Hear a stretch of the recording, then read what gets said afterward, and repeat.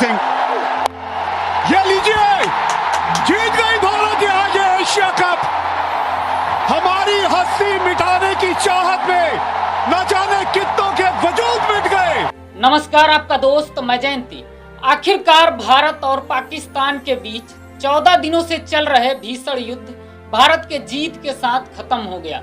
उम्मीद है अब कभी भी भारत में पुलवामा, उरी या पहलगाम जैसे आतंकी हमले देखने को नहीं मिलेगा। इस युद्ध में जीत के बाद ही प्रधानमंत्री ने एक्स पर पोस्ट कर लिखा, ऑपरेशन सिंदूर खेल के मैदान पर परिणाम वैसा ही, भारत की जीत। हमारे क्रिकेटरों को बधाई हो। मानो इस युद्ध में दोनों तरफ से हवाई फायरिंग चलती रही, ना जाने कितने लड़ाकू विमान मार गिराए गए। इतनी भीषण युद्ध के बावजूद दोनों तरफ से किसी के जान और माल के नुकसान का कोई खबर अब तक नहीं आया है। इस युद्ध में लड़ने वाले सैनिकों को देशवासियों ने लड़ाई के दौरान हौसला अफजाई में कोई कोर कसर नहीं छोड़ा।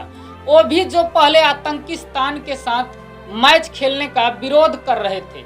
लेकिन अफसोस की खबर यह है कि आतंकिस्तान मैच हारने के बाद भी भारत का जीता ट्रॉफी और मेडल युद्ध स्थल से लेकर भागने में सफल रहा।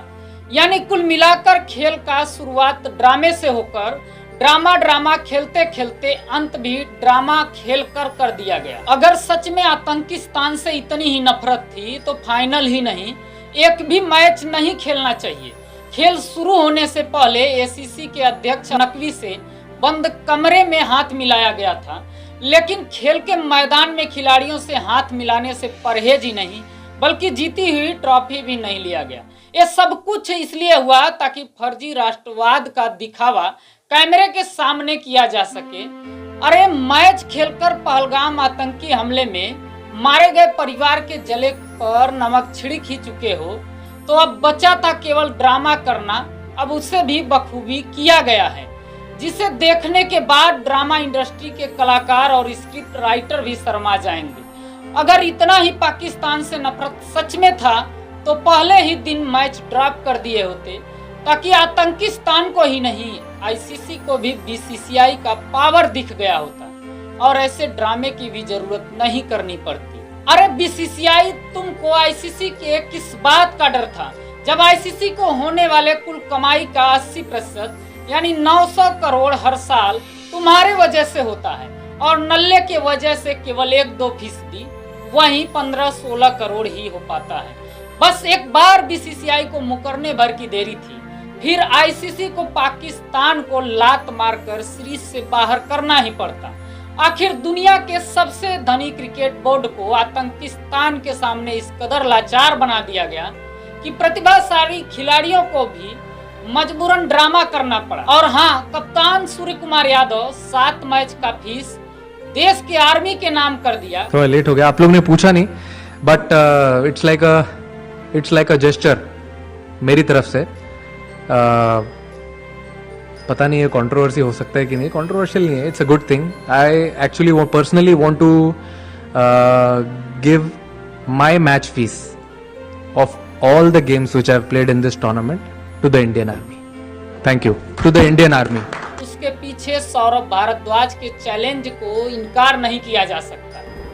अगर है तुम्हारी औकात, क्या नाम है इनका, सूर्य कुमार यादव, अगर तुम्हारी औकात है और तुम्हारी बीसीसीआई की औकात है और तुम्हारी आईसीसी की औकात है, तो तुम्हें दूसरी चुनौती भी देते हैं।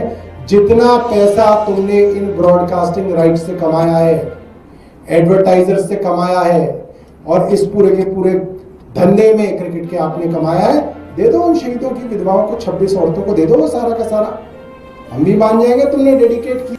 यही चैलेंज बीसीसीआई और आईसीसी को भी दिया था।